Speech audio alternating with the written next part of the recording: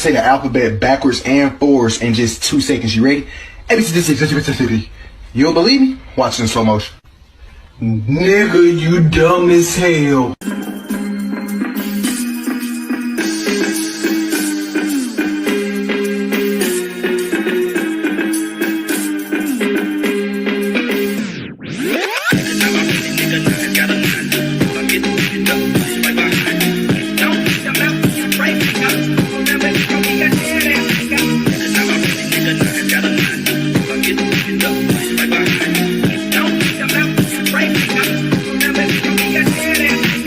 Yo, what's going on, beautiful people? Your boy is back again, continuing our Black Ops 3 Easter egg series. Today we're going to be doing the giant Easter egg. It's fairly simple, and you can do this with any amount of players. I apologize for not posting in a couple days. It was my birthday 2 days recently, and I was spending time with family. So yeah, I just want to throw that out there. Okay, so hopping into the map, the first thing you need is a Pack-a-Punch weapon. You can get this either from, using Gobblegums or linking the teleporters up in the map to unlock it. So once you have a Pack-a-Punch gun, go ahead and make your way outside the Teleporter A station of the map, and you'll find this structure outside the map, and it has a terminal on one of the pillars that you need to shoot with a Pack-a-Punch weapon. I want to play a game. Let's play hide and seek. Those are exactly on my fresh. For the next step, you'll start up a game of hide and seek, and you need to find 3 items around the map. The first one is in the Teleporter A station in this little furnace. It is a monkey bomb. The next item is a teddy bear that you can find on the top of a balcony outside of the map. The last item is also a teddy bear in a boiler in the Teleporter B station. You just jump and then you shoot it. Once you've completed the game of hide and seek, you can head to the first floor of the boiler and hold your use button to pick up the Annihilator Pistol Specialist, and this will complete the Easter egg. So guys, that's pretty much the full Easter egg. It's a pretty short one, but it does count towards the super Easter egg reward for Revelation, so it's definitely worth doing. Hope you enjoyed this video. I'll catch you guys in the next one when we do Dryzen Drac, so stay tuned for that. Later, guys.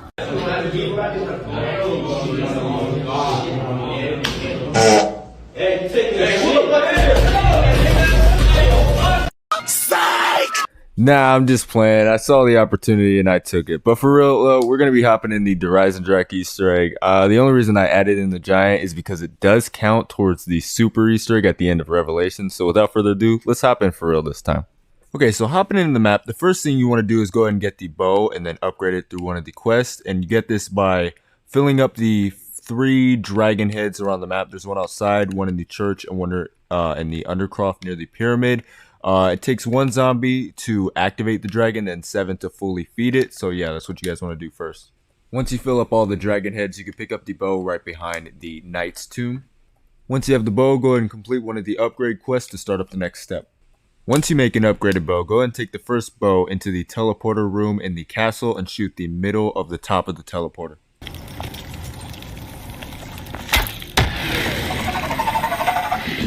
If done correctly, you should hear a growling noise around the map, and you've just started the wisp step. There are 4 wisps you need to find around the map that look just like this one, and you need to shoot it with an upgraded bow. If you hit it with anything else, you will fail the step, and you have to find 4 one by one.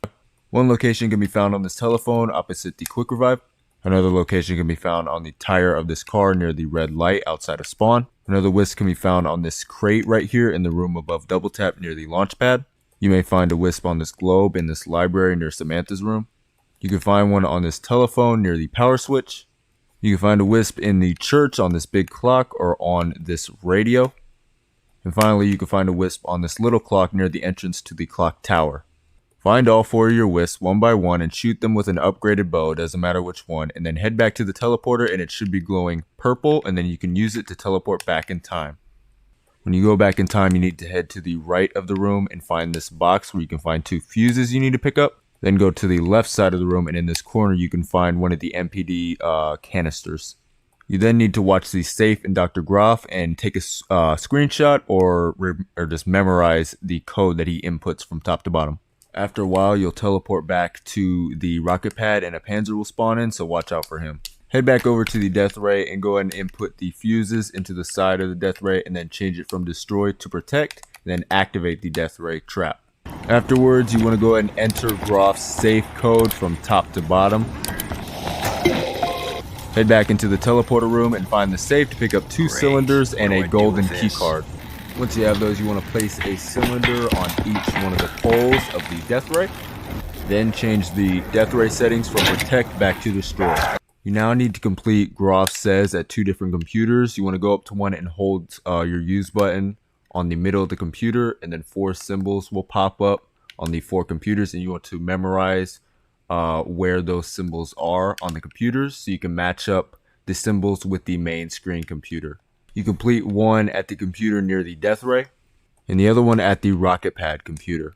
One thing to keep in mind on co-op and you start up the Groff Says, infinite dogs will spawn in during the process. When you complete both Groff Says games, go back to the death ray and go behind it, and there's a green button that you can push to bring Dempsey back home.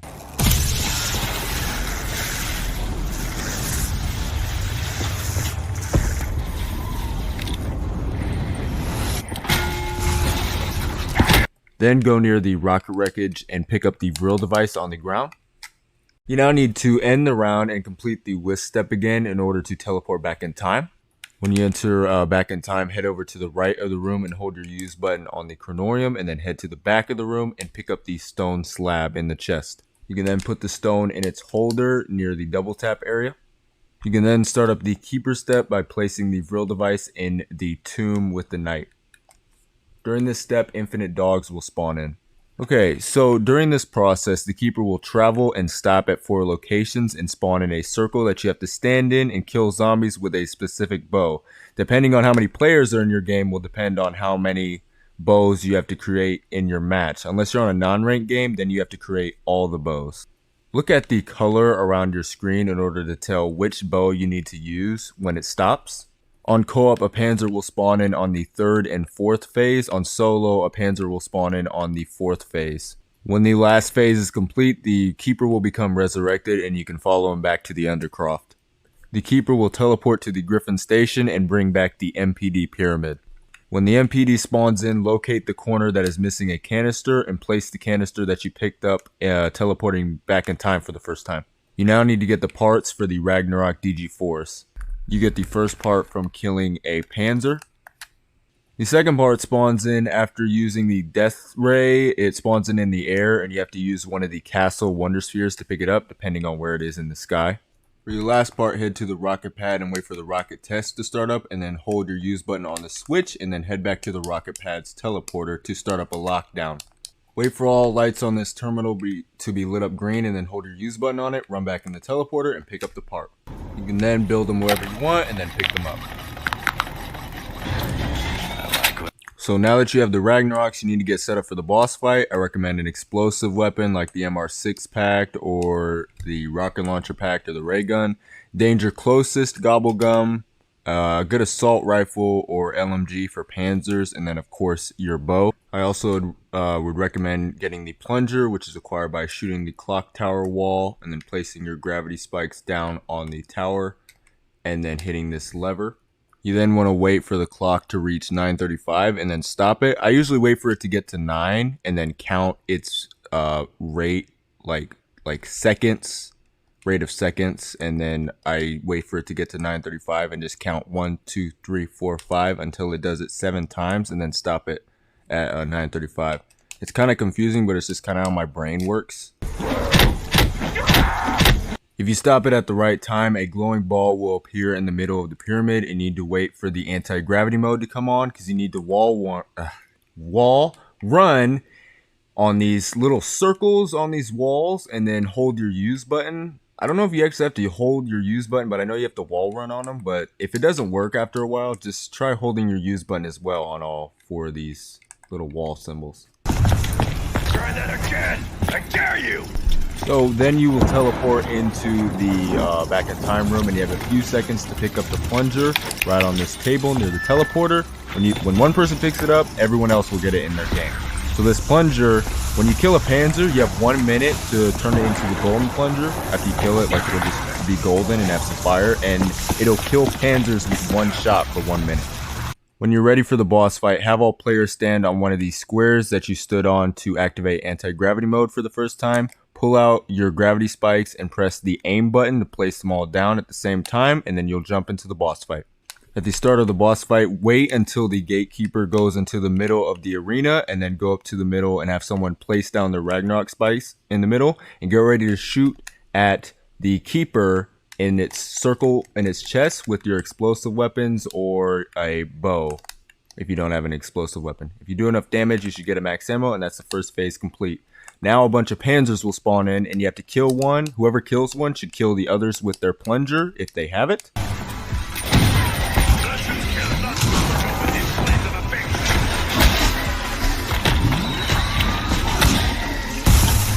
Once all the panzers have been killed, you'll get a total of 2 max ammos, and the keeper will spawn back in. Wait for him to go to the middle, trap him, shoot him in the chest, and then kill more panzers, and then you'll be on the last part.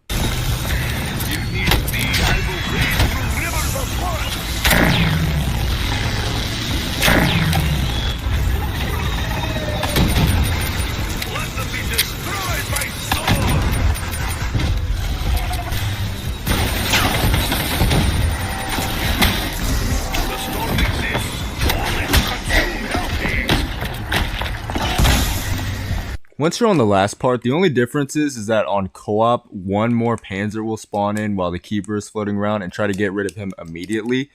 Another thing to keep in mind, if you can't trap the keeper like at any point, like no one has the Ragnaroks to trap him, get behind a pillar, have all your players get behind a pillar, because then he will complete his wipe attack where a bunch of lightning will go out all around the arena.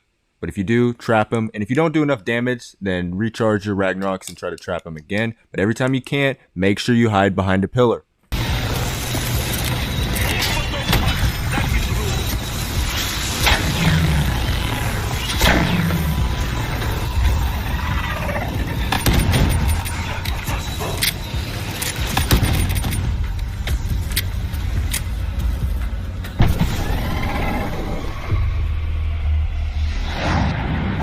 If you do enough damage on the final phase, you'll be teleported out of the MPD, and that's the end of the boss fight. You now have to just place the summoning key on the MPD in the front, and then pick it back up.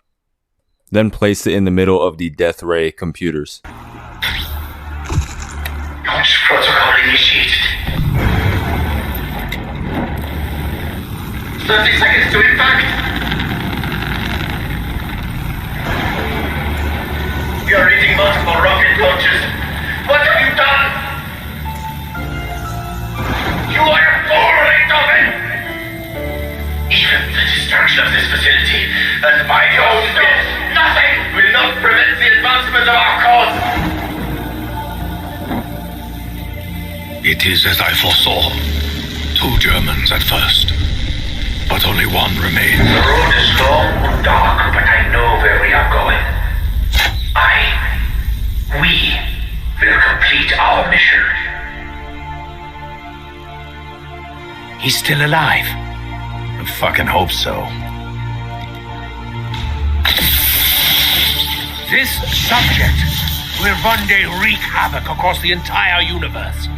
He cannot be allowed to live. This wasn't how it was supposed to go. We were supposed to secure the package and be in and out clean. Instead, the whole thing's been one disaster after another. I should never have trusted you, Richthofen. Never! You should trust me, Dempsey. You all should. This artifact has the power to contain and preserve the subject's soul. Your soul. But it can only be done after the moment of death. Just as you saw me do to my other self. It is the only way. Wait! If someone's gotta take him out to save the universe, then it should be me that does it.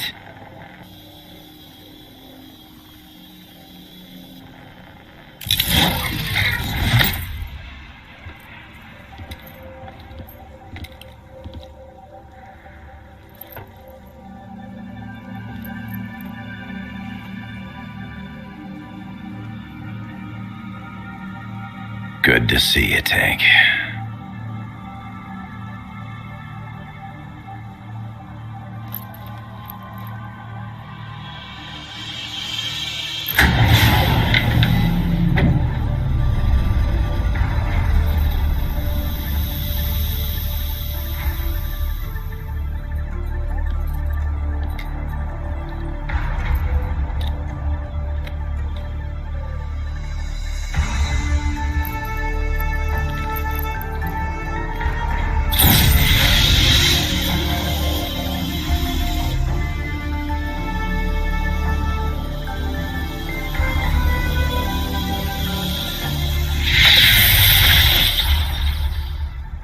Once the cutscene is over, all players will receive all perks and 2500 XP. Anyways guys, that is the full Giant and Horizon Drac Easter egg walkthrough. If this helped you out, if you could show some support by liking and subscribing, I'd really appreciate it. And I'll catch you guys in the next one. Later guys. Oh, what happened to the thing in the kitchen? What happened yesterday? Huh? The chicken was flying yesterday, last night. What happened to that?